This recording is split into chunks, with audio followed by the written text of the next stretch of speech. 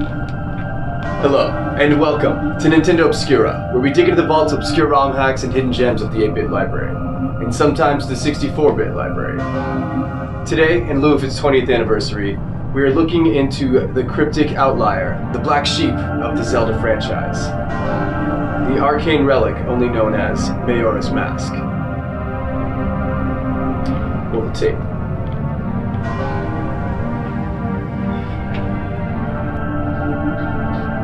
In Majora's Mask, you as a young Link traverse this abstract, almost dreamscape alternative reflection of Hyrule, known as Termina. A continuation from your more grounded adventures in Ocarina of Time, you are now faced with a fever-pitched, lucid experience. The world is filled with recognizable faces, yet each of them are not as you remember. You are living in a surreal mirrored universe that is a distorted portrait. It sits as sort of an uncanny valley of what you once considered your home. It's both comforting and disturbing.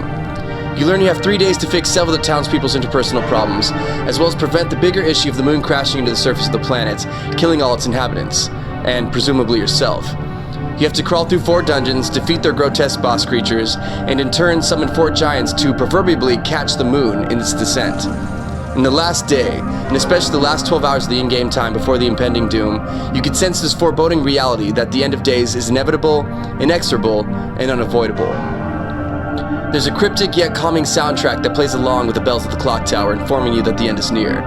Many townsfolk interpret and come to terms with this in different ways. Some accept their fates in sort of a cryptic tranquility, that their time has come and fighting it is moot. Others are panicking, attempting to stop the apocalypse or implore you to put a stop to it. During the last few in-game hours, you can look above and see the moon with its strangely uncanny human face, looking down upon you as to affirm its omnipotent presence.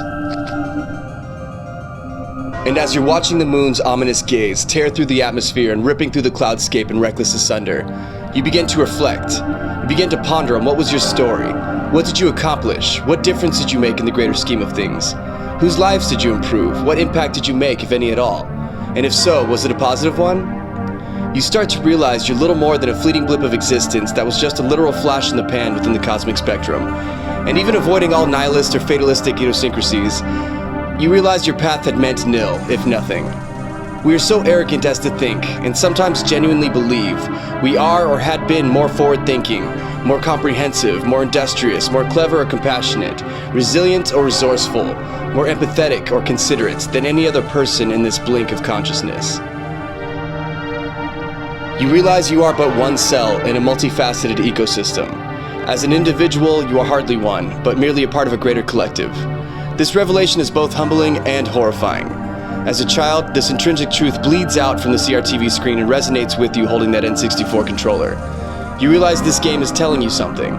That perhaps, despite your efforts, you cannot escape fate. And the more you try to fight the current, the more it consumes you. You accept that you're a grain of sand in a universal desert, and perhaps that acknowledgement of truth will bring you closer to enlightenment.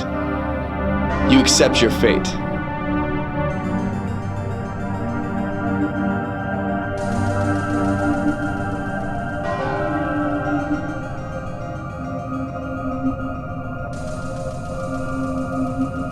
Thanks for watching, and have a happy Halloween.